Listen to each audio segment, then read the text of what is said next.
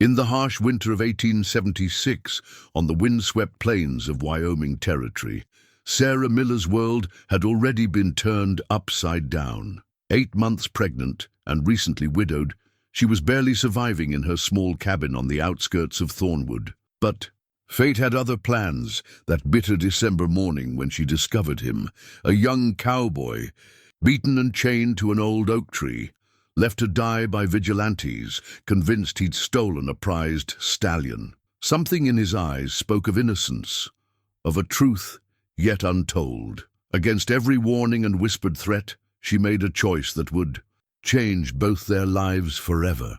With trembling hands but resolute heart, she took the key from the sheriff's office and set him free. But could this act of mercy lead to something deeper than either of them expected?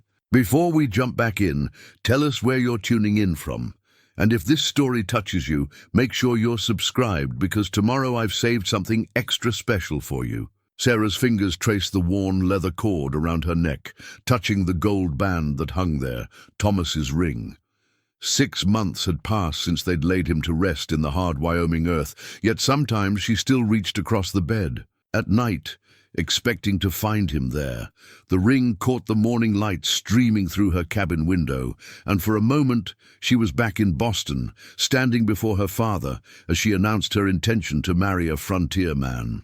"You'll throw away everything," her father had said, his voice tight with disappointment. 4 years at the teacher's college, a position at the finest school in Massachusetts, all for some dreamer with mining fever. He'd placed her mother's pearl brooch back in its velvet box, the traditional gift for a bride's trousseau remaining unopened. But Thomas Miller had been more than just a dreamer. His letters, carried across half a continent, had painted pictures of a life where purpose meant more than propriety. "Out here," he'd written, "a person's worth is measured by the strength of their character, not the size of their inheritance." Each carefully penned page spoke of building something real, something lasting, in a land where the horizon stretched endless and blue.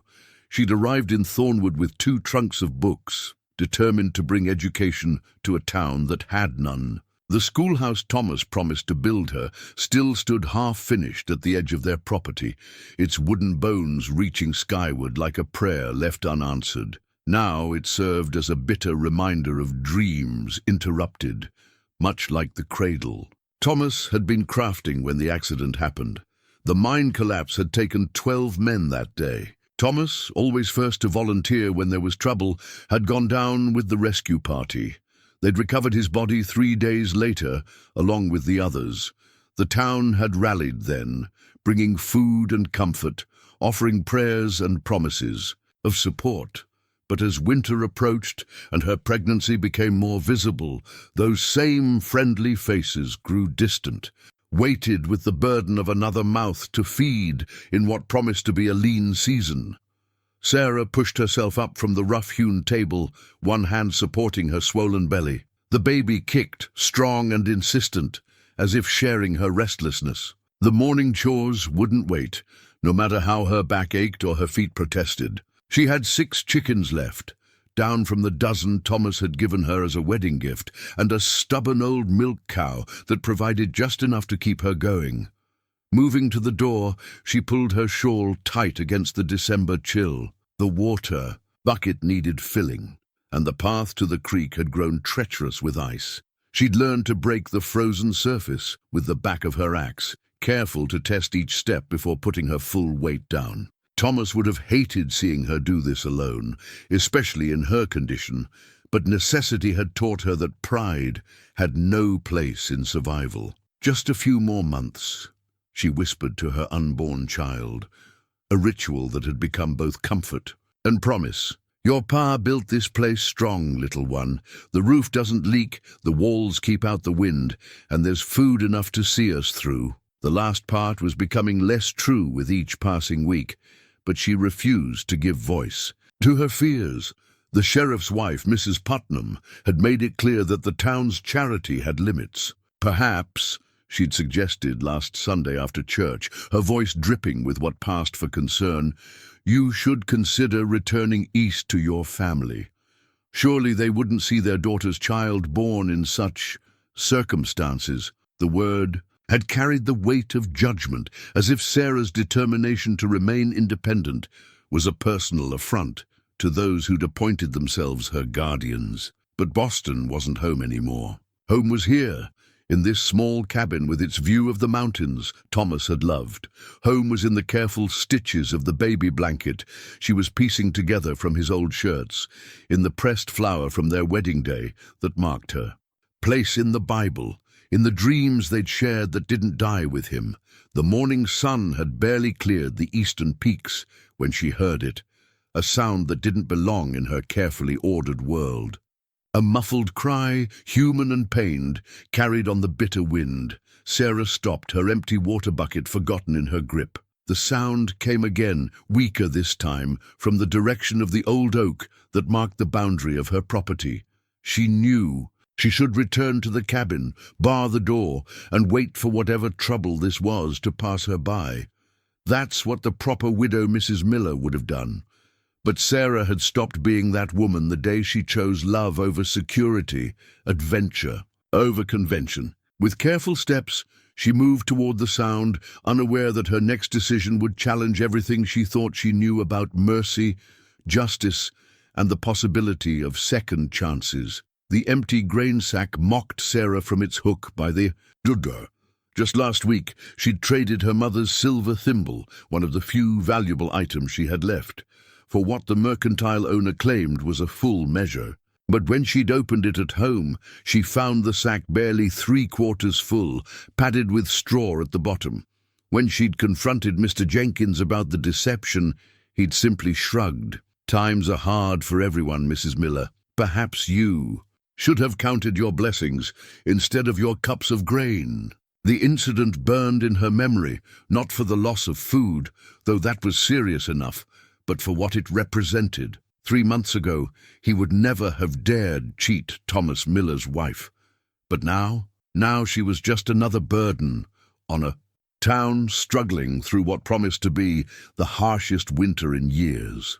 Even the church had become a weekly trial. Last Sunday, she'd overheard Mrs. Putnam and her circle discussing how some people lacked the dignity to recognize when they were no longer welcome.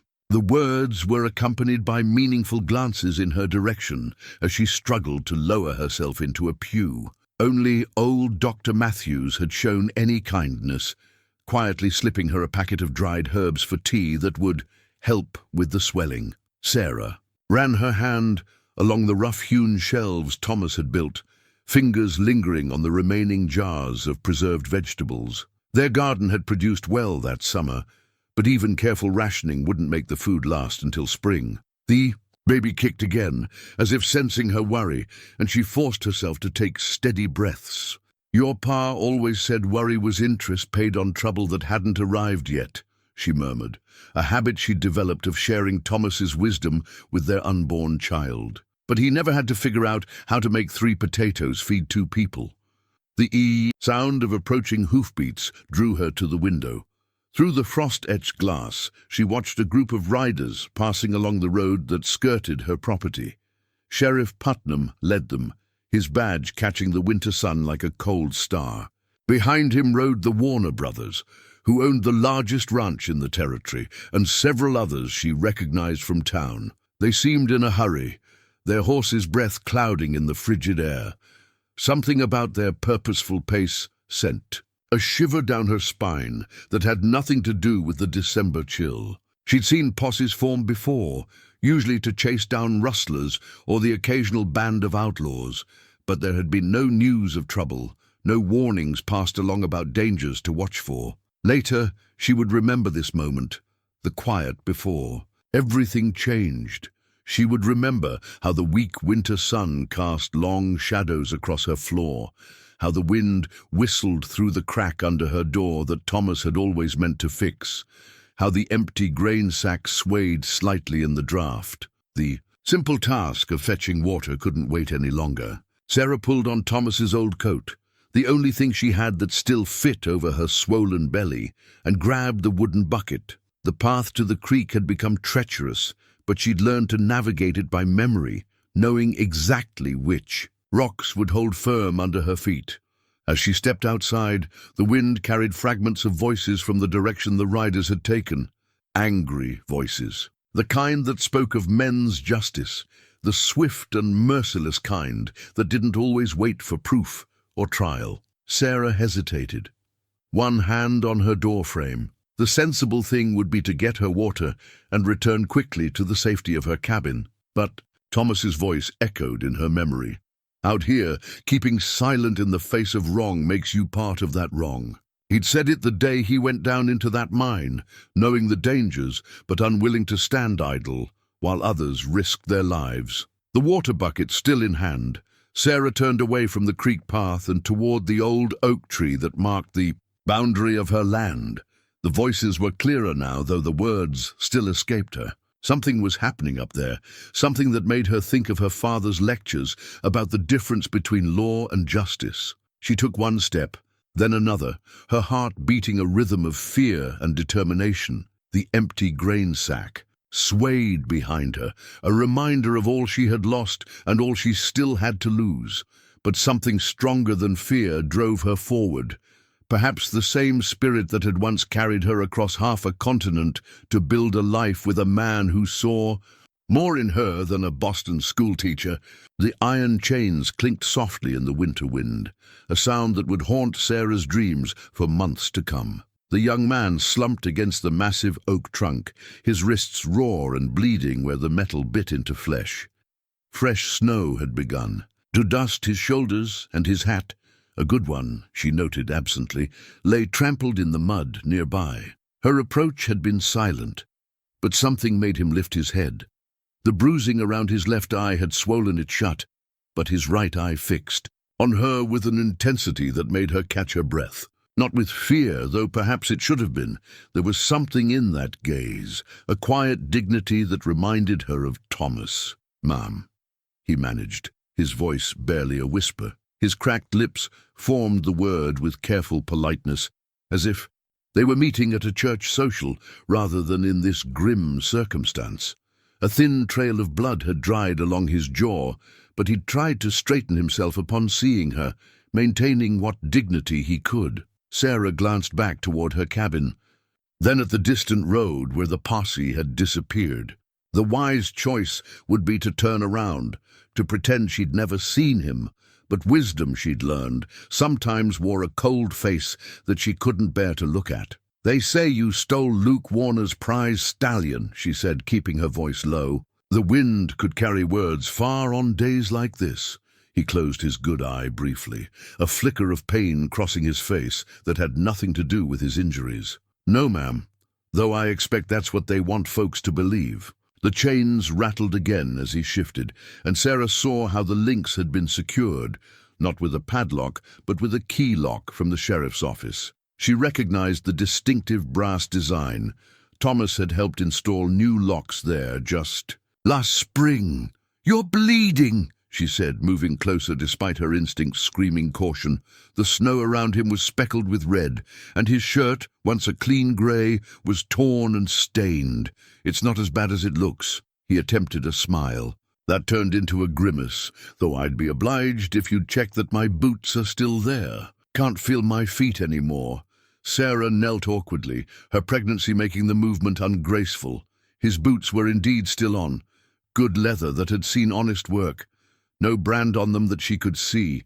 A thief might have stolen those too. "They planned to leave you here all night," she said. It wasn't a question. She'd seen this before, back east during the war. Justice dealt out rough and quick, with guilt decided by those with the power to enforce their will. "Till morning," he confirmed. "Then there's to be a proper trial, or what? Passes for one here." His tone held no bitterness, just a tired acceptance that made her heart ache. "You should go back inside, ma'am. No good can come from being seen with me."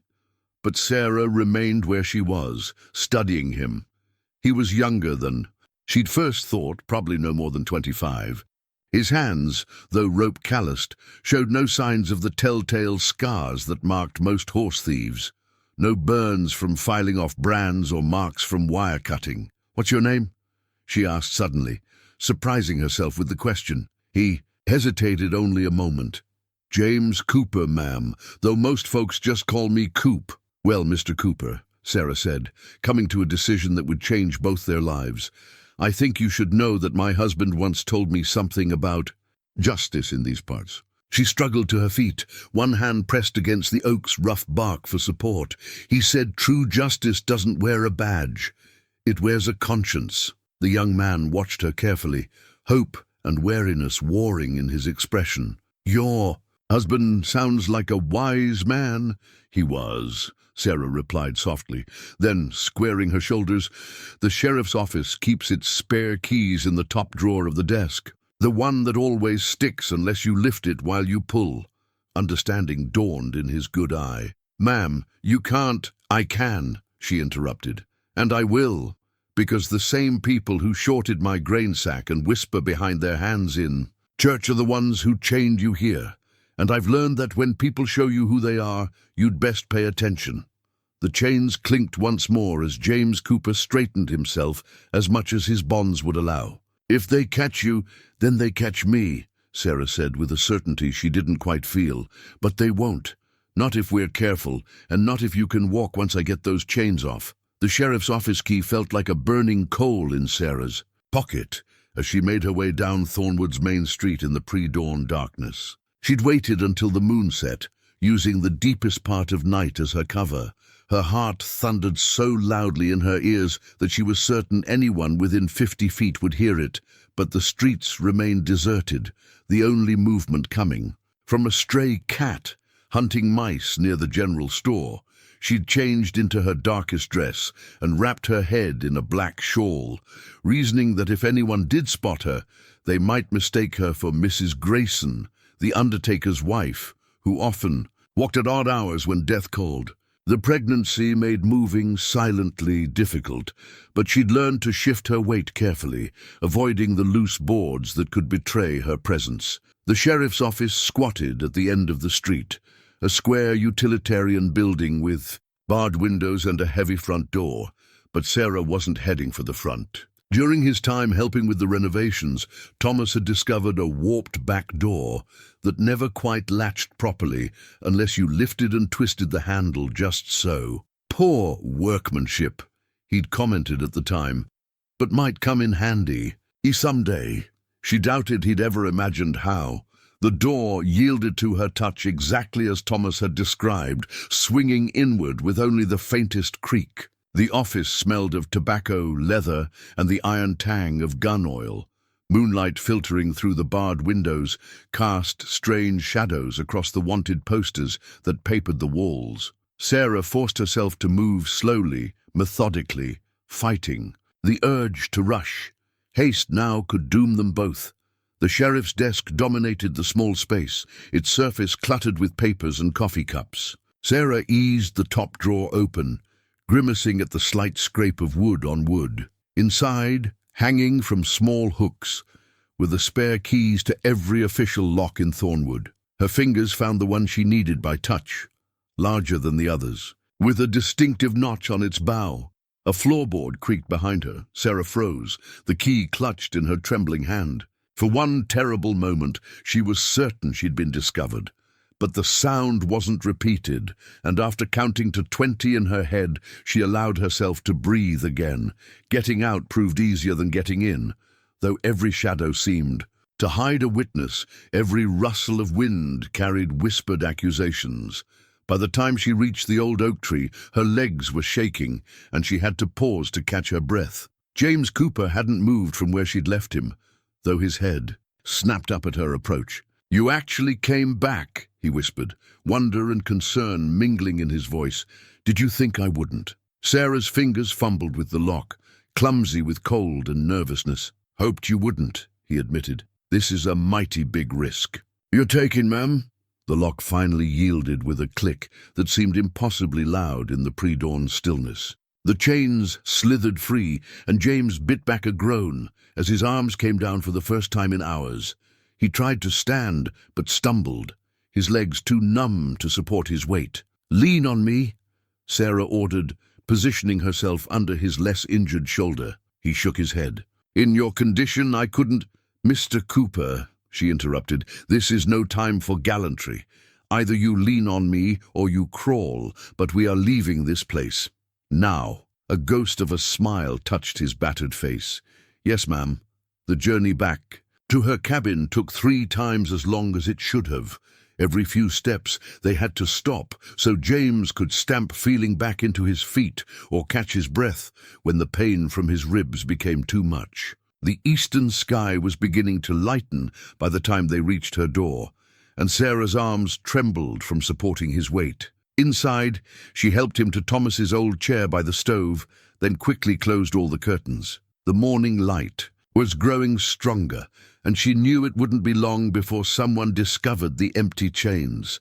"We need to get you cleaned up and hidden before anyone comes looking," she said, already gathering supplies, clean rags, her precious bottle of witch hazel, the last of her bandages. "There's a root cellar under the floor.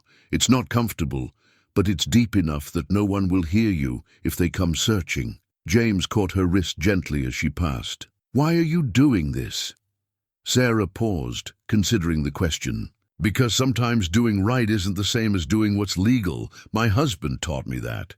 He sounds like he was a good man." He was, and he would have done the same thing.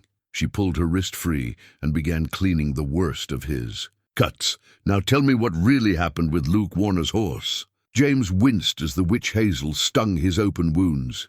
"Truth simpler than what they're saying. I was hired to break horses at the Double Bar Ranch over in Preston County.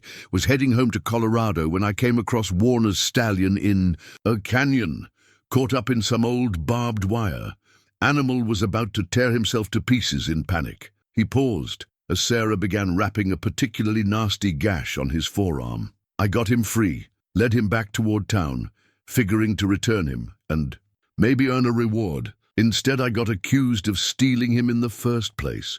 Sheriff's son saw an opportunity. New face in town, no witnesses except him. He claimed he saw me cutting the Warner fence. And the stallion, back in his pasture, probably wondering what all the fuss is about." A bitter smile crossed his face. "Didn't matter, though. They'd decided I was guilty before I said word one."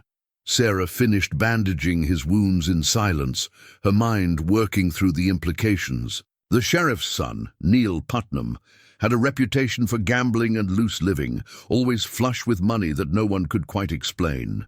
If he was involved, that explained the swift justice and lack of proper trial. The sun was fully up now, painting the cabin walls with golden light. Soon, Sarah knew, the town would be awake. Soon they would discover the empty chains, and the hunting would begin. "The root cellar," she said, moving to the hidden door in her floor. "It's not much, but it'll have to do until we figure out our next move."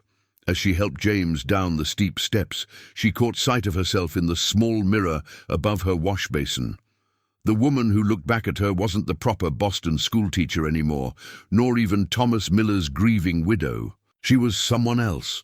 Someone who had chosen her own kind of justice, someone who had taken a stand. The sound of distant hoofbeats made them both freeze. Sarah quickly closed the cellar door, covering it with the old rag rug. She had just settled, herself at the table with her mending, when the first pounding came at her door. "Mrs. Miller, open up, sheriff's business." Sarah took a deep breath, smoothing her skirts and schooling her features into a mask of innocent confusion. She'd made her choice, cast her lot with this stranger who might be innocent or might be lying. But something in her gut told her she'd chosen rightly, and Thomas had always said her instincts were worth heeding. "Coming!" she called, her voice steady despite her racing heart. As she moved to answer the door, she whispered a quiet prayer, not for safety, but for strength to see this through, whatever might come. Sarah opened the door to find Sheriff Putnam's broad frame filling her doorway, his badge catching the morning light. Behind him stood Luke Warner himself, his weathered face set in hard lines. The bundle of dried herbs she'd hastily scattered on her table filled the cabin with a medicinal scent, lending credence to her carefully constructed scene of a pregnant woman fighting morning sickness. "Sheriff," she greeted, one hand resting protectively on her belly. "Is something wrong?" Putnam removed his hat, but his eyes were already scanning her cabin's interior. "Sorry to disturb you so early, Mrs. Miller, but we've got a situation. The horse thief we caught yesterday, he's escaped." Sarah allowed her eyes to widen. "Escaped? How terrible! Was anyone hurt?" "Not yet," Warner growled from behind the sheriff. "But when we find him—" He left the threat unfinished. Sarah stepped back, ostensibly to let them enter, but really to draw them away from the root cellar's location. "I've been up most of the night with the baby," she said, gesturing to the herbs and the cup of cold tea on the table. "I haven't heard anything unusual." The sheriff moved through her small cabin with practiced efficiency, checking the obvious hiding places. Behind the door, under the bed, in the small pantry. Sarah forced herself to remain still, though every step he took near the rug covering the cellar entrance made her heart skip. "Your back door was unlocked," Putnam noted, testing the latch. "Was it?" Sarah frowned. "I've been so forgetful lately. Dr. Matthews says it's common in the last months." She pressed a hand to her lower back, allowing a genuine grimace of discomfort to cross her face. "Would you mind checking that it's secure before you leave? Thomas always—" She let her voice trail off, knowing the mention of her dead husband would make them uncomfortable. As expected, both men's expressions softened slightly. "Course we will, ma'am," Warner said, his tone gentler. "But you need to be more careful. That thief could be anywhere, and in your condition—" "You're right, of course." Sarah sank into her rocking chair, playing up her fatigue. "I'll be more mindful." The sheriff finished his inspection, having found nothing suspicious. "If you see or hear anything unusual, you send word immediately." "And Mrs. Miller?" He paused at the door. "It might be best if you stayed in town for a few days. Mrs. Putnam would be happy to have you." "Thank you, but no," Sarah replied firmly. "This is my home. The baby and I need to be where Thomas and I planned for it to be born." After they left, Sarah waited until their horses' hoofbeats faded before moving to the root cellar. James was exactly where she'd left him, pressed against the earthen wall in the darkness. She helped him up the narrow stairs, noting how he tried to hide his pain. "You're good at that," he said quietly as she eased him back into the chair. "Misdirection, making them see what they expect to see." Sarah busied herself with actually brewing the tea she'd pretended to drink earlier. "I taught school for 4 years in Boston. You learn a thing or two about managing people's attention when dealing with 30 children. She brought him a cup of the hot liquid, adding a spoonful of her precious honey. The herbs she'd scattered weren't just for show. They were the medicinal blend Dr. Matthews had given her, good for pain and healing. "This is real kindness," James said, cradling the warm cup in his still trembling hands, "and real risk." "They'll be back." "They will," Sarah agreed, settling herself in Thomas's old rocker. "Which is why we need to take care of those injuries." Properly now. Can you manage to get your shirt off, or do you need help?" The simple task proved challenging enough that Sarah had to assist, carefully easing the torn fabric away from where blood had dried it to his skin. The bruising across his ribs painted a violent tableau of purple and black, and old scars spoke of a life lived hard. "Some of these need stitching," she observed, examining a particularly deep cut along his shoulder blade. "I have a steady hand, but it won't be pleasant." "Had worse," he replied, then caught her skeptical look.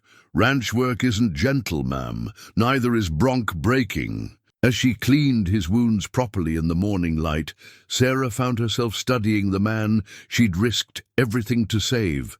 His hands were indeed those of a working man, but they bore no signs of the cruel work she'd seen in real outlaws. The calluses spoke of reins and ropes, honest labor under open skies. "Tell me about Colorado," she said as she began the first careful stitch. "What's waiting for you there?" "Not much," he admitted, flinching slightly as the needle went in. "Got a small spread near Pueblo. Nothing fancy. 100 acres, maybe 50 head of cattle. But it's mine, free and clear. Took on breaking horses to earn extra cash for winter feed." Sarah tied off the stitch and started another. 100 acres is nothing to dismiss. That's a real home. Was hoping to make it better. That's why. He broke off, his good eye distant. That's why the reward for returning that stallion meant something. Could have bought more breeding stock, maybe hired help for the spring roundup. The profound disappointment in his voice convinced Sarah more than anything else that she'd made the right choice. This was no opportunistic thief, but a man trying to build something lasting, just as she and Thomas had dreamed of doing. "We'll figure something out," she said, surprising herself with the "we." "But first you need to heal, and I need to be very careful about what supplies I buy in town. They'll be watching." Evening settled over the cabin like a heavy blanket, bringing with it the kind of bone-deep cold that made Sarah grateful for every piece of firewood Thomas had split and stacked before his death. She'd spent the day maintaining a careful appearance of normalcy, hanging washing, despite her aching back, feeding her chickens, even walking to the creek for water, all while aware of distant riders watching her property from the ridgeline. James had insisted on helping her bring in more firewood from the pile outside, though she could see how every movement cost him. Now he sat examining something he'd found tangled in his torn shirt, a decorated leather bridle strap, worn smooth. "With use. That's not yours," Sarah observed quietly as she stirred the bean pot hanging over the fire. "No," he confirmed, turning the piece over in his hands. "It's from Warner's stallion. Got caught in my shirt when I was freeing him from the wire. Meant to return it, but..." He gave a bitter laugh that turned into a wince. "Well, events took a different turn." Sarah settled into her rocker, watching him in the firelight. "Tell me what really happened that day, all of it." James was quiet for a long moment, his fingers tracing the tooled leather pattern. "I'd finished the breaking job. At the double bar, heading home with my pay. Good money, enough to see me through winter if I was careful. Took the canyon route because it's shorter, even if it's rougher going." He shifted in his chair, trying to find a position that didn't pain his ribs. "That's when I heard him. The stallion. He was making the kind of noise that tells you an animal's in real trouble. Found him about a quarter-mile in, caught up in old barbed wire. Beautiful animal, coal black with a white star, but he was panicking, tearing himself up worse with every move." "What did you do?" "Only thing I could do. Talk to him quiet-like, got close enough to get my rope on him. Took near an hour to get him calm enough to work free of the wire. He was cut up some, but nothing that wouldn't heal clean." James's good eye took on a distant look. "That's when Neil Putnam showed up." Sarah leaned forward slightly. "The sheriff's son. He wasn't alone. Had two fellows with him I didn't recognize. They'd been drinking, celebrating some kind of gambling win. From what I gathered, Neil took one look at me with Warner's prize stallion and saw an opportunity." James's jaw tightened. "Said a stranger with a stolen horse would make a fine solution to some debt he owed Warner. But surely if you explained..." "I tried. But Neil had a story already planned out. Said he'd caught me cutting Warner's fence, stealing his best horse. His friends backed him up and, well..." He gestured to his injuries. 3 against 1 aren't odds I'd usually mind, but they bushwhacked me before I could even get my hands up." Sarah's fingers worked nervously at her apron. "The horse? Neil took him back himself, probably played the hero. Meanwhile, his friends worked me over pretty good, then chained me to that tree. Said the sheriff would be along in the morning for a proper trial." The bridle strap creaked in his tightening grip. "We both know what kind of trial it would have been." A log shifted in the fireplace, sending sparks dancing upward. In the momentary flare of light, Sarah caught James watching her with an expression that made her heart skip. Not just gratitude, but something deeper, more wondering. "You believed me," he said softly. "Without proof, without knowing me, you believed me enough to risk everything." Sarah found herself unable to meet his gaze, suddenly very aware of how the firelight softened his features, made him look younger, despite his injuries. "I've seen enough of men like Neil Putnam. They think having power means never having to answer for their actions, like the merchant who cheated you on the grain." His voice was gentle, understanding, like a lot of things. "In this town since Thomas died." Sarah stood abruptly, moving to check the beans, though they both knew they weren't ready. They see a woman alone and think she's helpless, think she'll accept whatever scraps of kindness or justice they deign to offer. She felt James's presence before she heard him move, suddenly standing closer than she'd expected. "You're not helpless," he said quietly. "You're the strongest person I've met in a long time." Sarah turned, finding herself looking up into his face. This close, she could see the flecks of gold in his good eye, smell the herbal poultice she'd used on his wounds. For a moment, neither of them spoke, the air between them charged with something that had nothing to do with danger or hiding. Then the baby kicked, hard enough to make her gasp, and the moment shattered. James stepped back quickly, concern replacing whatever had been in his expression. "You should rest," he said. "You've done too much today as it is."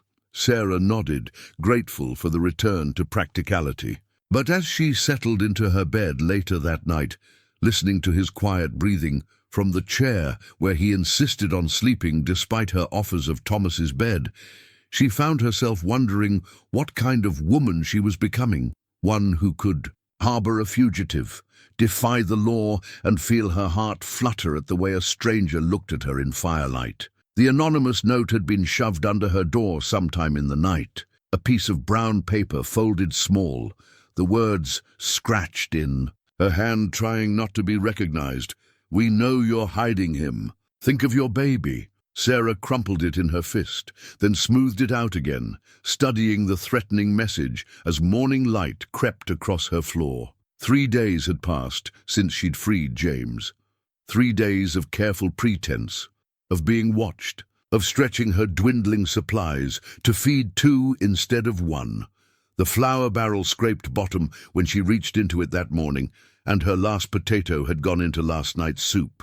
"You shouldn't go to town," James said from Thomas's chair, where he'd insisted on sleeping despite his healing injuries. "Not after that." He nodded toward the note in her hands. "I have to." Sarah kept her voice steady as she pulled on her heavy shawl. "We need supplies, and staying away would only confirm their suspicions. Besides," she added, resting a hand on her swollen belly, "they won't dare touch a pregnant woman in broad daylight, not in front of witnesses." James stood, moving with less stiffness than before. "Then let me go instead. You can barely walk without wincing," she interrupted. "And every person in town knows your face by now. No, I'll go. I've thought it through." He subsided, but she could see the frustration in the set of his shoulders. "At least take Thomas's revolver." Sarah shook her head. "They'll be watching for any sign that I'm nervous or armed. I need to appear exactly as they expect. A widow, running ordinary errands." She managed a small smile. "The mercantile first, then church to speak with Reverend Hayes about the baptism. Everything proper and normal." The walk into town felt longer than usual. Each step weighted with awareness of the eyes watching from windows and doorways. Sarah kept her pace unhurried, one hand supporting her back in the way everyone had grown used to seeing. But beneath her calm exterior, her mind worked frantically, cataloguing everything they needed versus what she could safely buy without raising suspicion. The mercantile's bell chimed as she entered, and Mr. Jenkins looked up from his ledger with an expression that mixed concern with something darker. "Mrs. Miller, surprised to see you out in your condition." "Baby needs what it needs," she replied mildly, moving to examine the dry goods. "And I'm nearly out of flour. Eating for 2 these days, are you?" The question came from behind her, and Sarah turned to find Mrs. Putnam standing in the doorway, her sharp eyes taking in every detail of Sarah's appearance. "Or perhaps for 3. Sarah met her gaze steadily. "I don't take your meaning, Mrs. Putnam." "No." The sheriff's wife moved closer, her voice dropping. "Strange how that horse thief disappeared the same night you were seen walking near the oak tree, and stranger still how much food you've been buying lately." "Grief can bring a strong appetite," Sarah answered, turning back to the flour barrel. "As I'm sure you know, having lost your first husband so young." The reminder of her own past widowhood made Mrs. Putnam step back slightly, but her eyes remained hard. "Just remember, Mrs. Miller, this town has been good to you since Thomas. He died It would be a shame to throw away that goodwill. Sarah paid for her purchases, less than she needed but more than would look natural, and made her way to the church. Reverend Hayes was waiting in his study, his kind face troubled. "Sarah," he began, "I've been hearing things, rumors and shadows," she interrupted quietly. "Nothing more," he sighed, running a hand through his graying hair. "Perhaps. But shadows can be dangerous things, especially now, with tensions running high and the Warner family demanding justice. Is it justice they want, Reverend, or just someone to punish?" "Be careful with such questions, my dear." He pressed a small package into her hands. "Here, some dried beef and cornmeal from the church stores. For the baby, of course." Sarah clutched the package, unexpected tears stinging her eyes at this small kindness. "Thank you. Don't thank me," he said softly. "Just be careful. There are more eyes on your cabin than you might think, and not all of them belong to the law. The Bayfort walk home seemed twice as long, each shadow potentially hiding a watcher. When she finally reached her door, she found James waiting anxiously, his face tight with worry. "I heard horses while you were gone," he said without preamble. "Riders, circling the property. They're getting bolder." Sarah set down her purchases, her hands trembling slightly now that she was safe inside. "We knew they would. But James," she pulled out the threatening note, "they're not just watching anymore. They're warning us." He took the paper, reading it quickly, his jaw tightening.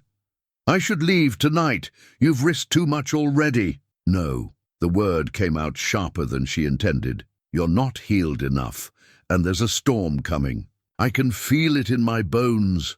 She met his troubled gaze. "We'll find another way." But as she began putting away the meager supplies, Sarah wondered if there was another way, or if she'd finally taken a stand that would cost her everything she had left. The storm hit just before midnight, howling down from the mountains like a living thing. Sarah had spent the evening patching an old blanket, carefully stitching worn pieces together as the wind grew stronger. Now she stood at the window, watching snow erase the world beyond her cabin walls. At least no one will be watching the property. "Tonight," James observed from where he sat, cleaning her husband's old shotgun, a task he'd insisted on after finding it badly neglected in the corner.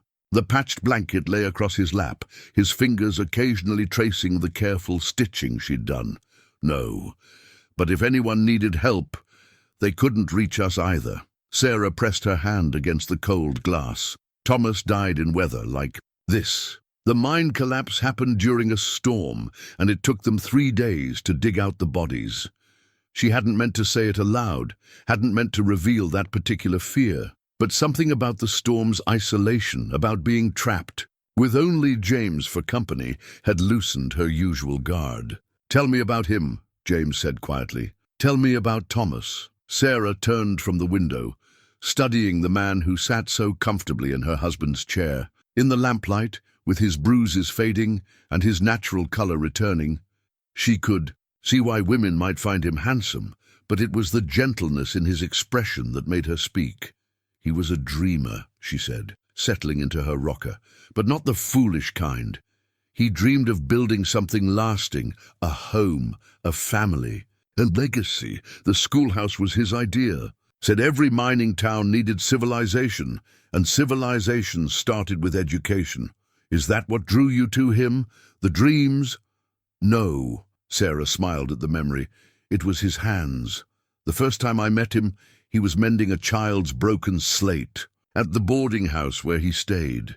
He could have simply bought the girl a new one, but instead he spent an hour carefully fitting the pieces together, making it stronger than before." She touched her belly gently. He had such gentle hands for such a big man. James set aside the shotgun, his movements careful with his healing ribs. "You must miss him terribly, every day." "But," Sarah hesitated, then continued, "it's changing. The missing. At first it was like a physical pain, sharp and constant. Now it's more like an ache, something you learn to live with." She picked up her mending again, needing the familiar motion. "Sometimes I feel guilty about that, about hurting less." "You shouldn't," James said softly. "Healing isn't betrayal. The wind rattled the windows fiercely, making the lamp flame dance. Sarah shivered despite the fire's warmth, and James stood, moving to add another log. "I was an orphan," he said suddenly, still facing the flames. "Never knew my parents. Grew up in a series of foster homes, some better than others. Learned early that most things in life are temporary. Homes, affection, safety." He turned to face her. "Until I found my piece of land in Colorado. First permanent thing I ever had." "Is that why you risk breaking horses? To keep it?" "Partly," he smiled slightly, "but also because I'm good at it. Have a way with troubled animals, the ones other folks give up on. Something about knowing what it's like to be unwanted makes you patient with their fear." Sarah thought about that as the storm raged outside, about patience and fear and understanding. About how James had never once complained about his injuries, never blamed her for the precarious situation they now shared. "What will you do?" she asked. "When you're healed enough to travel? Try to clear my name first. I won't leave you carrying the burden of having helped a fugitive." He met her eyes steadily. "After that, go home, I suppose, though home feels like a different word than it did a week ago." The weight of what remained unspoken hung between them, heavy as the storm clouds. Outside, Sarah felt the baby kick and shifted in her chair, trying to find a comfortable position. Without comment, James took the patch blanket from his lap and draped it carefully around her shoulders. His hands lingered for just a moment, warm and steady. "My father used to say that storms show us what we're made of," Sarah murmured, pulling the blanket closer. "They strip away pretense and leave only truth. And what truth is this storm showing you?" Sarah looked up at him, standing so close in the lamplight, that sometimes the right choice and the proper choice aren't the same thing. That helping you, hiding you, it should feel wrong, but it doesn't. James knelt beside her chair, his good eye bright with something that made her heart race. Sarah, but whatever he might have said, was lost as a tremendous gust of wind slammed against the cabin, sending something crashing outside. They both froze, listening intently through the storm's fury. "The woodpile," Sarah said, recognizing the sound. "If it's scattered in this snow, we'll never find it all. I'll go." James was already reaching for his coat. "We'll go," she corrected, struggling to her feet. "You're still not fully healed, and I know where every piece belongs." He looked like he wanted to argue, but another crash decided him. Together they stepped out into the storm's fury, the patched blanket left behind on her rocker, a quiet witness to words spoken and unspoken in the heart of winter's grip. Morning revealed a world transformed by snow, but Sarah barely noticed. The pristine white landscape. Her attention was fixed on the object James had found while they were securing the woodpile. A monogrammed kerchief, half frozen in the snow, bearing the initials, N.P., Neil Putnam's initials. It must have fallen from his pocket while they were watching the cabin, James said, spreading the damp fabric carefully on the table. "Look here." He pointed to dark stains along one edge. "That's blood, my blood from when they beat me." Sarah touched the fine silk with trembling fingers. "This is proof. Proof that he was involved, that he lied. Proof that won't matter unless we can figure out how to use it." James paced the small cabin, his limp more pronounced after their battle with the storm. "Neil Putnam's word still carries more weight than mine. And now there's my involvement to consider." Sarah finished quietly. She pressed one hand to her lower back, trying to ease the constant ache. The baby had been restless all morning, as if sensing her agitation. James stopped pacing, his expression troubled. "You're in pain." "It's nothing, just the usual discomfort," but even as she spoke, another sharp pain made her wince, though perhaps a bit stronger than usual. He was at her side immediately, helping her to her rocker. "This is my fault. You did too much last night in the storm." "No." Sarah caught his hand as he turned away. "No more blame. What's done is done. We need to focus on how to use this evidence." James knelt beside her chair, still holding her hand. "I've been thinking about that. The kerchief proves Neil was there, but we need more. We need to understand why. Why frame a stranger for horse theft? What was he trying to hide? Sarah's mind worked through the possibilities. The timing. You said they were celebrating a gambling win when they found you. Yes, though, James's eye widened. Though Neil seemed more relieved than celebratory, now that I think about it, like a man who'd just escaped a noose or paid a debt. Sarah leaned forward despite her discomfort. Warner's horse. How much would it be worth? A stallion like that, in prime condition with his bloodlines? $2,000, maybe more. Enough to cover significant gambling debts? James stood abruptly, excitement in his voice. The horse was never meant to be stolen. Neil needed it as collateral, probably borrowed against its value. But something went wrong. The wire, Sarah finished. The horse got caught in the wire while Neil was moving it secretly. You found it and accidentally ruined whatever scheme he had planned. So he created a new plan. A convenient stranger to take the blame, buying him time to figure out his next move. James picked up the kerchief again. But if we could prove the gambling debts... Another pain, sharper than before, cut through Sarah's speculation. She couldn't quite suppress her gasp, and James turned to her in alarm. These aren't normal pains, are they? Sarah shook her head, real fear creeping into her voice. No, they're too early. The baby isn't due for weeks yet. James ran a hand through his hair, his own face showing fear for the first time since she'd known him. We need the doctor. We can't. The snow. Sarah gestured to the window, where drifts had piled halfway up the glass. And even if we could reach town, they'd arrest you on sight.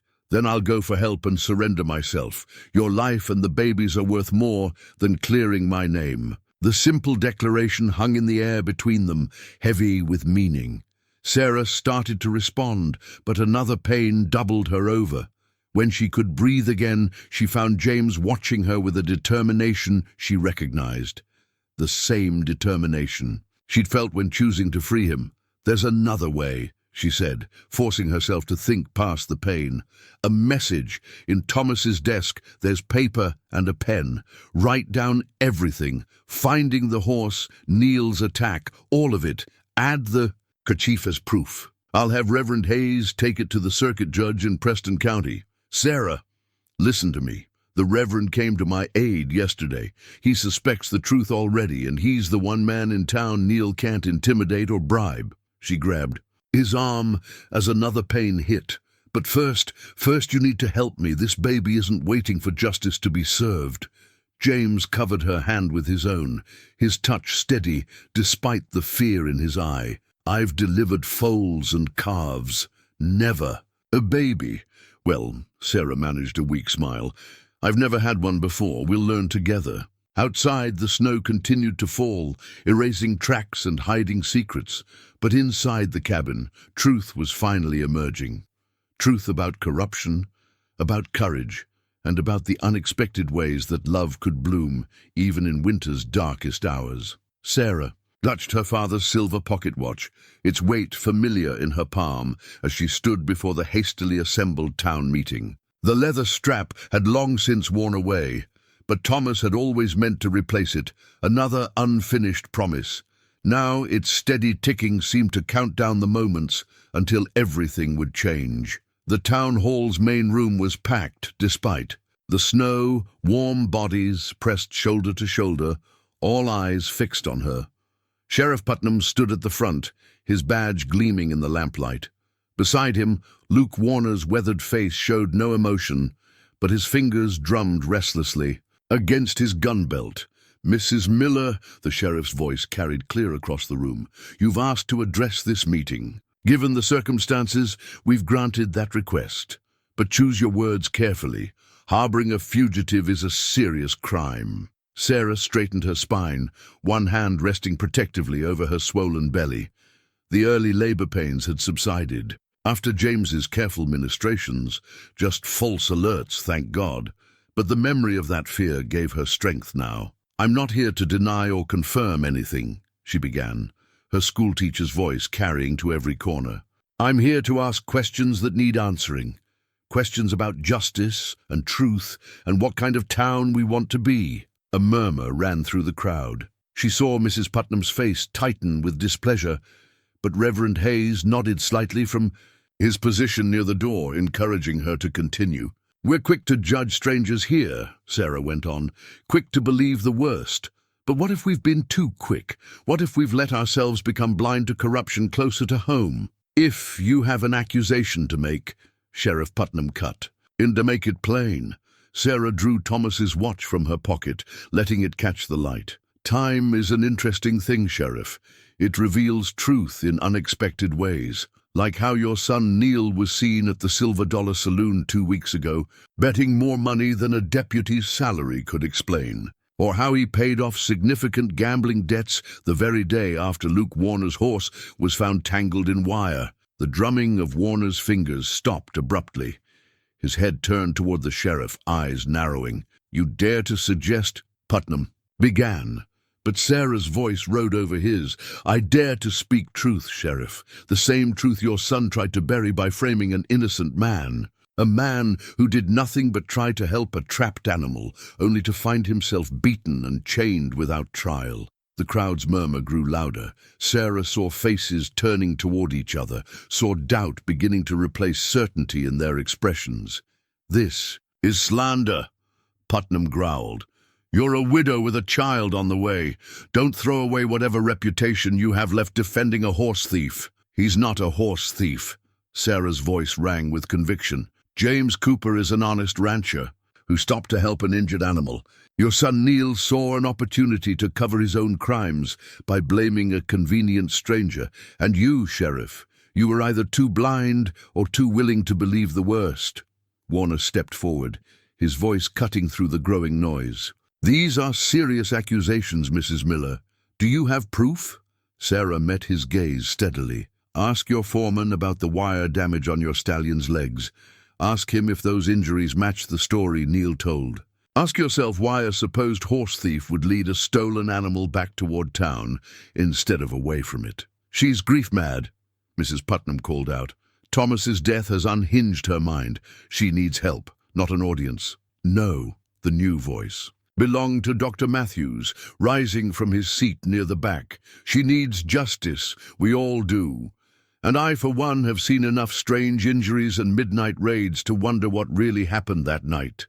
The pocket watch ticked steadily in Sarah's hand as she watched the room divide. Those who wanted comfortable lies against those demanding uncomfortable truths. She saw the moment Sheriff Putnam realized he was losing control, saw his hand drift toward his gun. "This meeting is over," he announced. "Mrs. Miller, you'll come with me. We need to discuss your role in—" "She's not going anywhere." "Reverend." Hayes stepped forward, placing himself beside Sarah. "Not until we hear the full truth. Not until Neil Putnam stands before this assembly and accounts for his actions." "My son isn't here," the sheriff snapped. "He's tracking the fugitive in—" "Your son," Sarah interrupted quietly, "is hiding in the back room of the Silver Dollar, trying to scrape together enough money to run. He knows his scheme is unraveling. The only question is how many more lives he'll destroy trying to protect himself." The watch ticked once more, loud in the sudden silence. Then Luke Warner's voice, hard as iron. "Sheriff, I believe it's time we had a word with your boy." Sarah felt the momentum shift, felt the power of truth finally breaking through Winters. Of lies. But even as the meeting erupted into chaos, her thoughts were with James, waiting in her cabin, trusting her to set things right. She hadn't failed him. She wouldn't fail him now. The Silver Dollar Saloon had never been so quiet. Even the ancient grandfather clock behind the bar seemed to hold its breath as Luke Warner laid Neil Putnam's confession letter on the scarred wooden table. The young man himself sat slumped in, his chair, his face a mask of defiance cracking at the edges to reveal fear beneath. Sarah stood near the door, supported by Reverend Hayes on one side and Dr. Matthews on the other. The crowd from the town meeting had followed them here in mass, packing the saloon until the winter air grew thick with tension and body heat. Sheriff Putnam stood behind his son, his face ashen, his badge no longer gleaming quite so bright. "Read it," Warner commanded, his voice hard as mountain frost. "Read what you wrote when you thought you could run away from this mess you made." Neil's hands shook as he picked up the paper. "I was drunk when I wrote this. It doesn't mean anything. Read it anyway," Warner insisted. "Let's hear how drunk you were when you planned to steal my best stallion to cover your gambling debts." The saloon's batwing doors creaked, and Sarah turned to see James step through them. Her heart jumped. They'd agreed he would stay hidden until she signaled it was safe. But there he stood, straight and tall despite his healing injuries, his good eye fixed on Neil. "You," Neil breathed, half rising before Warner's heavy hand on his shoulder forced him back down. "Me," James agreed quietly, "though I reckon I look a bit different standing up than I did chained to that tree." Neil's gaze darted around the room like a trapped animal's, finding no sympathy in the sea of faces. "Everything I did for this town, to protect my father's position, to maintain order." "To cover your own crimes," Sarah cut in, her voice carrying clear across the silent room. "Read the letter, Neil. Or shall I tell them what happened that night? How you and your friends were moving the horse secretly, planning to sell it to cover your debts. How it got caught in the wire, and when James here found it and tried to help, you saw a way to turn your disaster into his tragedy." "You weren't there!" Neil shouted, surging up again. "You don't know anything!" "But I was there," James said, softly. "I saw everything, including how you dropped this." He pulled the blood-stained, monogrammed kerchief from his pocket, letting it fall onto the confession letter. "Your initials in silk, Neil, and my blood on the edges." The sheriff made a small, broken sound behind his son. Sarah saw decades of pride and certainty crumbling in the older man's face as the truth became impossible to deny. "It wasn't supposed to happen like this," Neil whispered, seeming to age years in moments. "The horse was just collateral. Jed Mason said he'd hold him until I could pay my debts. But when he got hurt in the wire," his voice trailed off. "You panicked," James finished for him, "found me trying to help him and decided I'd make a convenient scapegoat. Better a stranger take the blame than the sheriff's son be revealed as a thief and a gambler." Neil's shoulders slumped. "What else could I do? Mason was threatening to expose everything. The gambling, the borrowed money, the other horses I'd helped him steal. My father's reputation, my reputation." "Sheriff Putnam's," voice cracked like a whip. "You did this to protect my reputation." His hand came down hard on the table. "You beat an innocent man, chained him to die in the cold, let this whole town turn against a pregnant widow, all to protect my good name." "Read the letter, Neil," Warner said again, quieter now, but no less commanding. "Read it, or I will, and then we're going to talk about every horse that's gone missing in the territory over the past year." As Neil picked up the paper with trembling hands, Sarah felt James move to stand beside her.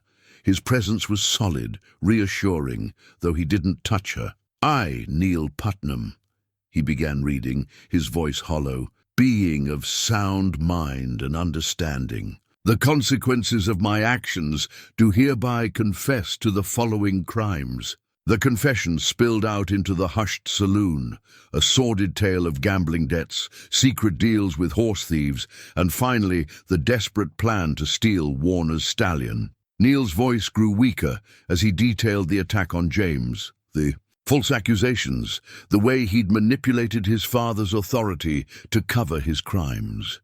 When he finished, the silence was absolute. Even the wind outside seemed to have stilled, as if nature itself waited to see justice done. Sheriff Putnam moved first, slowly removing his badge and laying it on the table beside the confession. "Luke," he said, addressing Warner but looking at his son, "I trust you'll press full charges for all of it." Warner nodded grimly.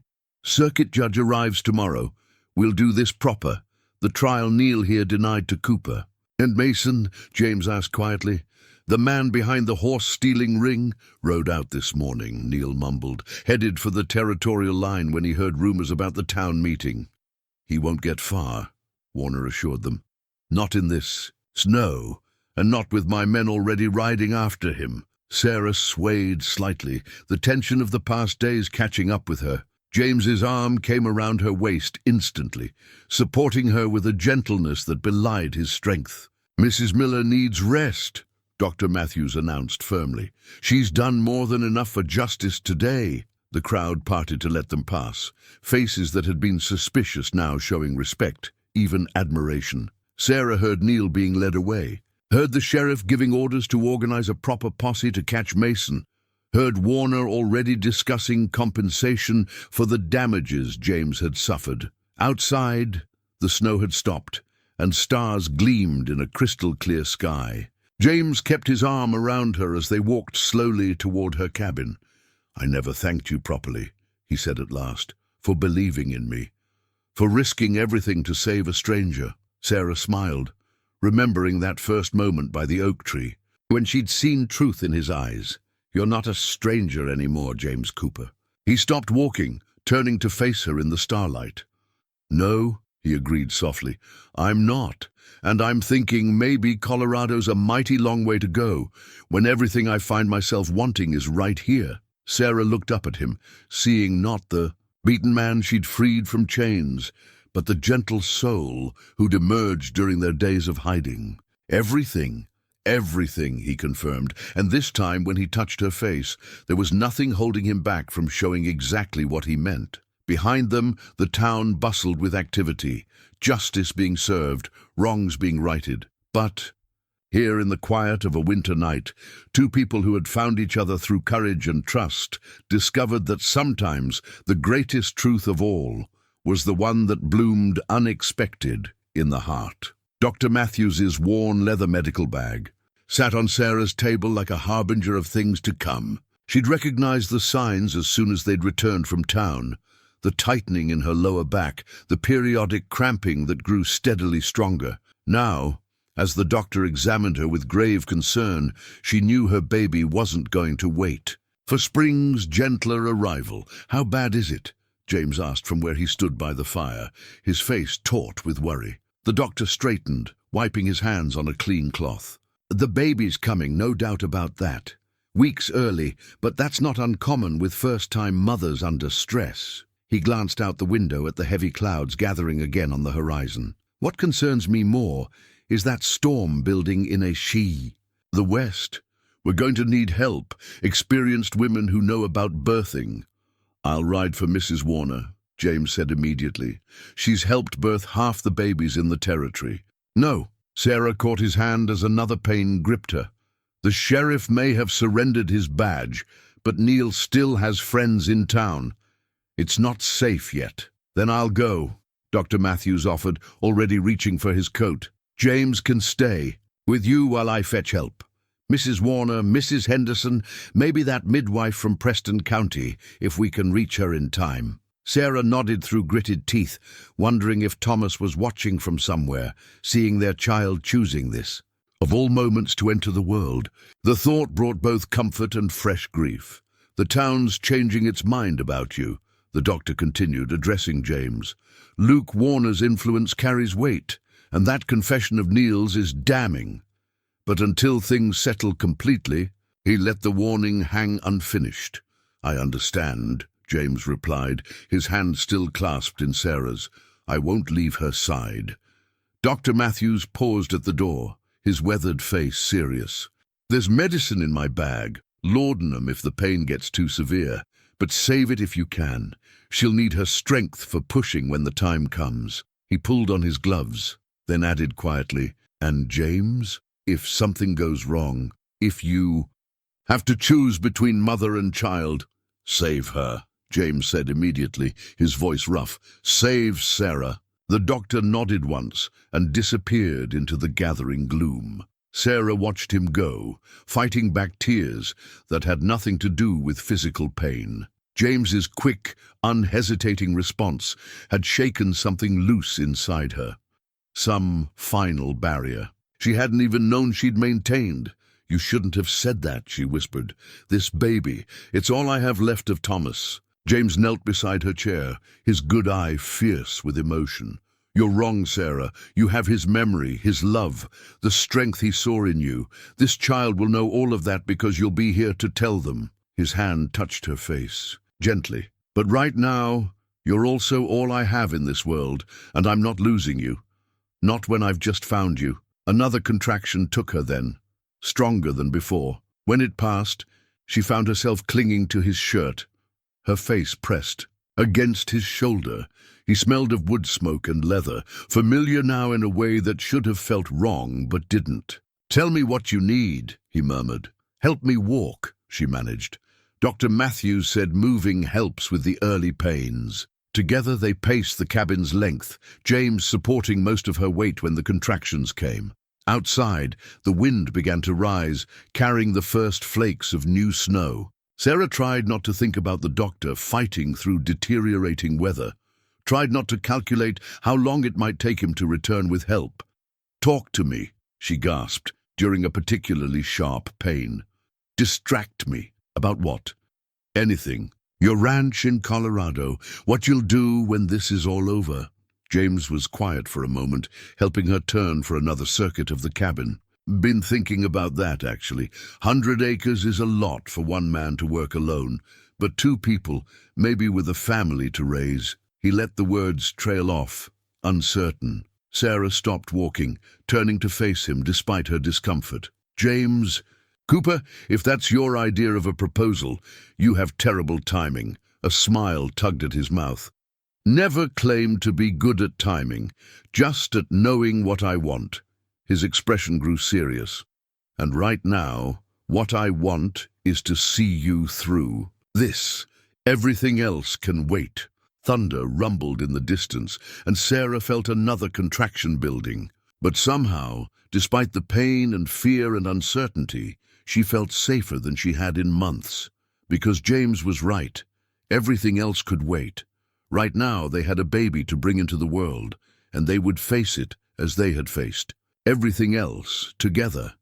The hand-carved cradle sat ready in the corner, its empty presence both promise and warning. Thomas had worked on it in secret, revealing it to Sarah just days before the mine collapse. Now, as her labor intensified, James found himself running his hands over its smooth wood between contractions, drawing strength from the love that had shaped it. "The baby's turned wrong," Mrs. Warner announced grimly, her capable hands feeling Sarah's belly.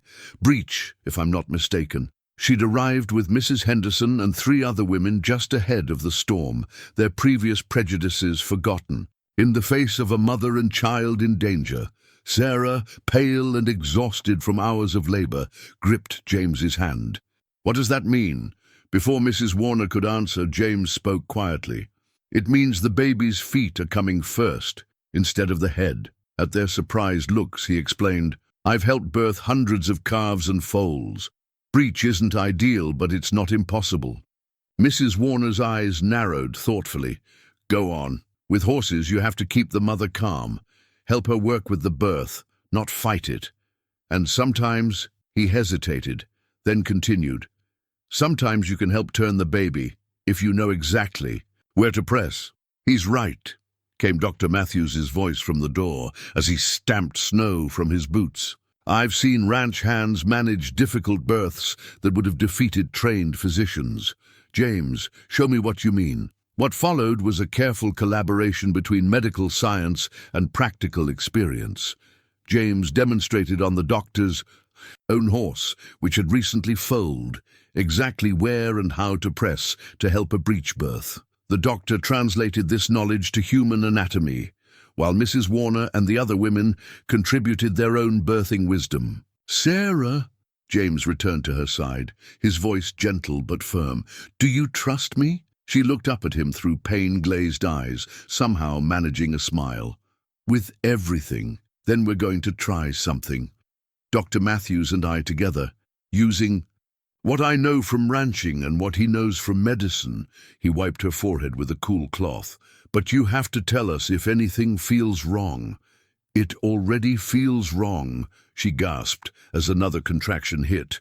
"But do what you must."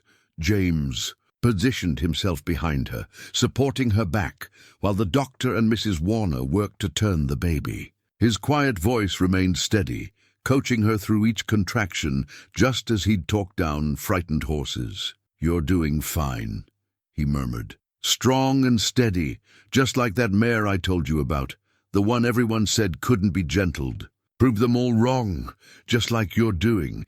Mrs. Henderson, who'd been warming blankets by the fire, paused to watch him with Sarah. Something in her face softened as she saw how naturally they worked together, how his strength seemed to flow into her with each whispered encouragement. "There!" Dr. Matthews exclaimed suddenly. "The baby's turning. Sarah, when I tell you, I need you to push with everything you have." The next few minutes were intense, filled with Sarah's effort and the encouraging voices of all present.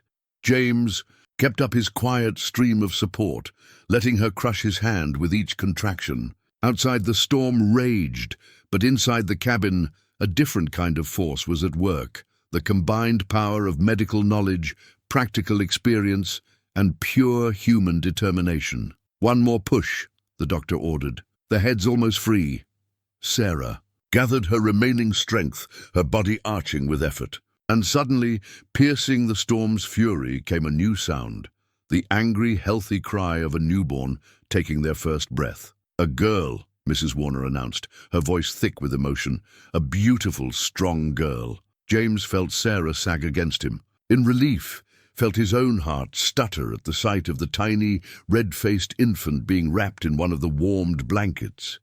The baby's cry was as strong as any young foal's, her tiny fists waving in protest at the cold world she'd entered. "Look what Thomas sent us," Sarah whispered, tears tracking down her cheeks as Mrs. Warner laid the swaddled infant in her arms. "A daughter, just as he always said we'd have." James touched the baby's tiny hand with one gentle finger, watching in wonder as she gripped it fiercely.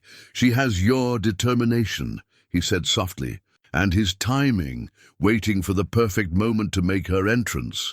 Mrs. Henderson cleared her throat. "Well, I'd say any man who can help bring a breech baby safely into the world has earned his place in this town, wouldn't you?" she directed, this to the other women, who nodded in agreement. "More than earned it," Mrs. Warner added, her earlier suspicions completely forgotten. "Though I'd say he earned it well before this, when he chose to stay and face the truth rather than run." Sarah looked up at James, still supporting her from behind, and saw in his face everything she'd come to rely on. Strength, gentleness, and a love that had grown as naturally as a spring flower pushing through winter snow. In her arms, their future slept peacefully, proof that sometimes the best gifts come wrapped in the hardest moments. The first baby blanket was a patchwork of memories, pieces of Thomas's old shirt sewn together with Sarah's careful stitches, now wrapped snugly around his daughter. In the quiet aftermath of the birth, as the storm gentled outside and town women bustled about, setting the cabin to rights, Sarah couldn't stop staring at the tiny face that somehow held echoes of both past and future. "She needs a name," James said softly from where he sat beside the bed. He'd refused to leave even after the danger had passed, though he'd given up his chair to Mrs. Warner when she insisted on showing Sarah how to nurse properly. "Hope," Sarah replied without hesitation. Hope Miller Cooper, the double surname, came naturally, feeling right in a way she couldn't quite explain. When she glanced at James, the look in his eye told her he understood exactly what she meant by it. Mrs. Henderson, overhearing as she folded clean linens, paused in her work.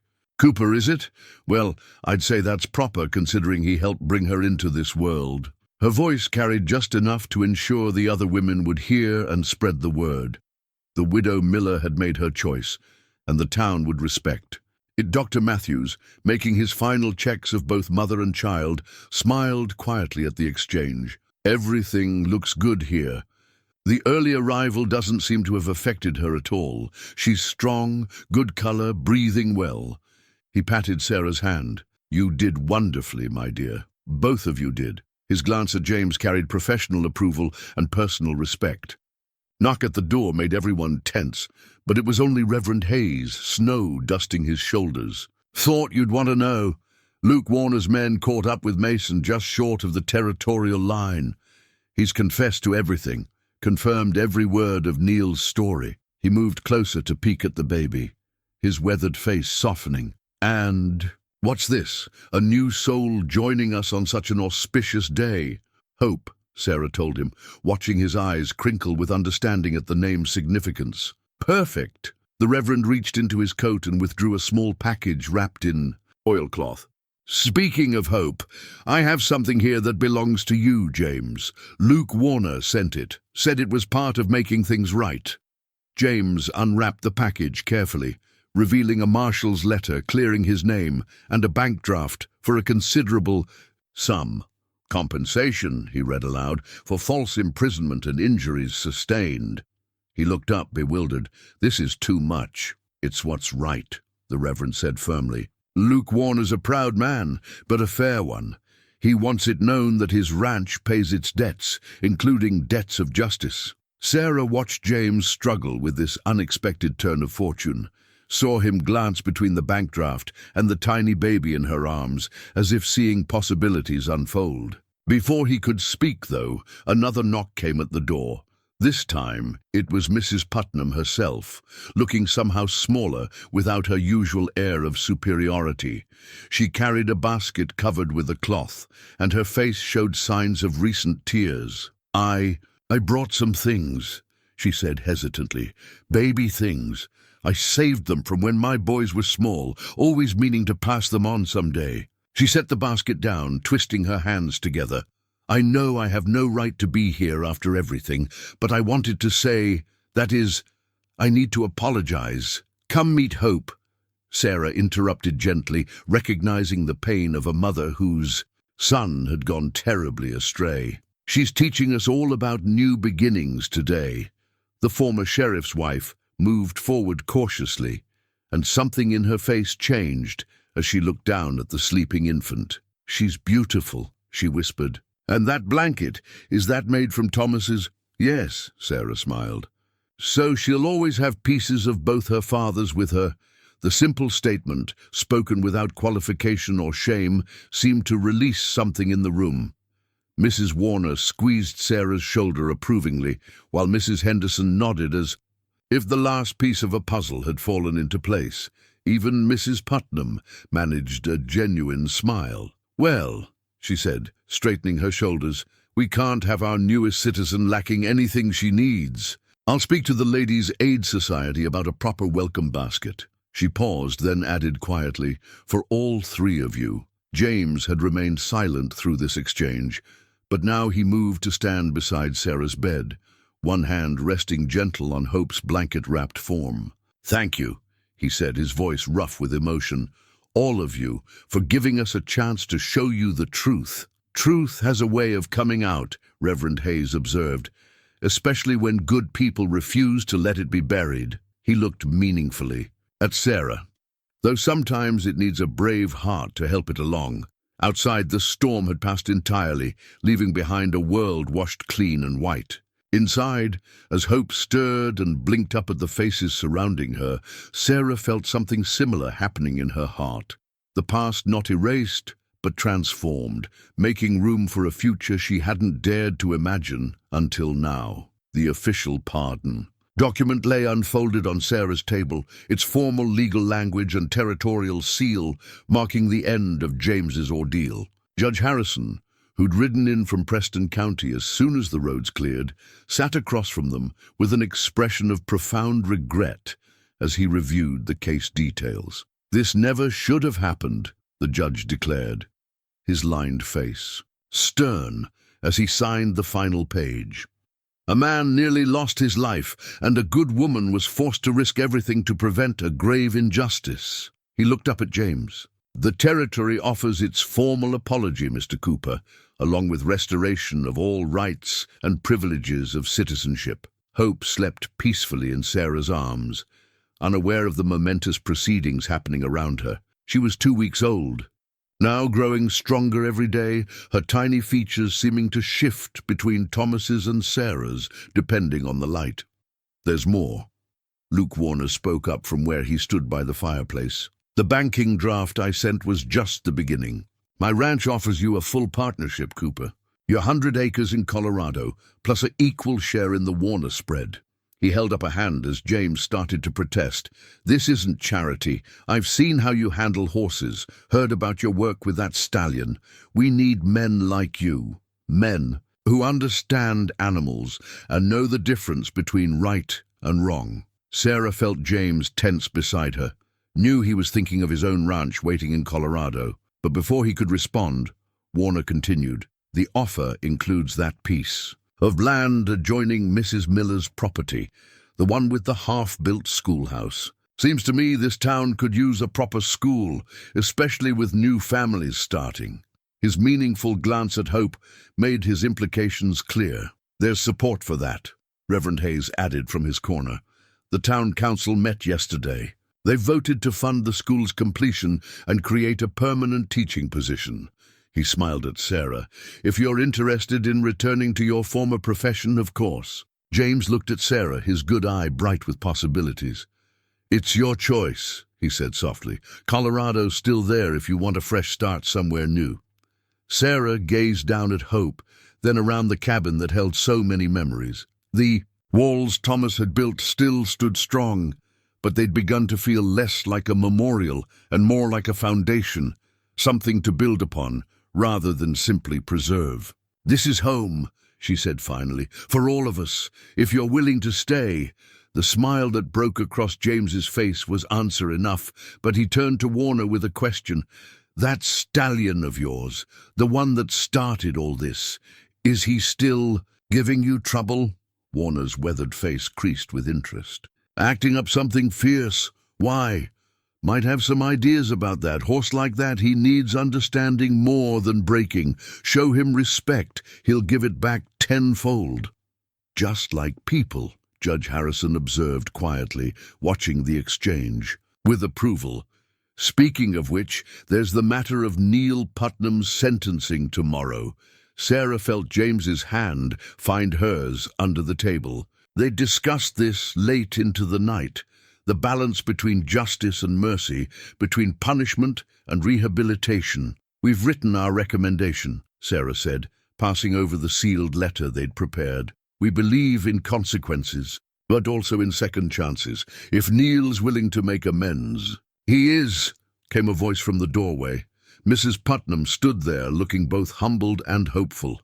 "He's asked to speak at his sentencing, to tell the whole truth, not just about the horse theft, but about everything, and—" She hesitated, then straightened her shoulders. "He's asked to apologize to you both in person, if you'll allow it." James squeezed Sarah's hand. "Facing the truth takes courage," he said. "We'll hear him out." Judge Harrison gathered his papers, appearing satisfied. "Then I believe we're finished here.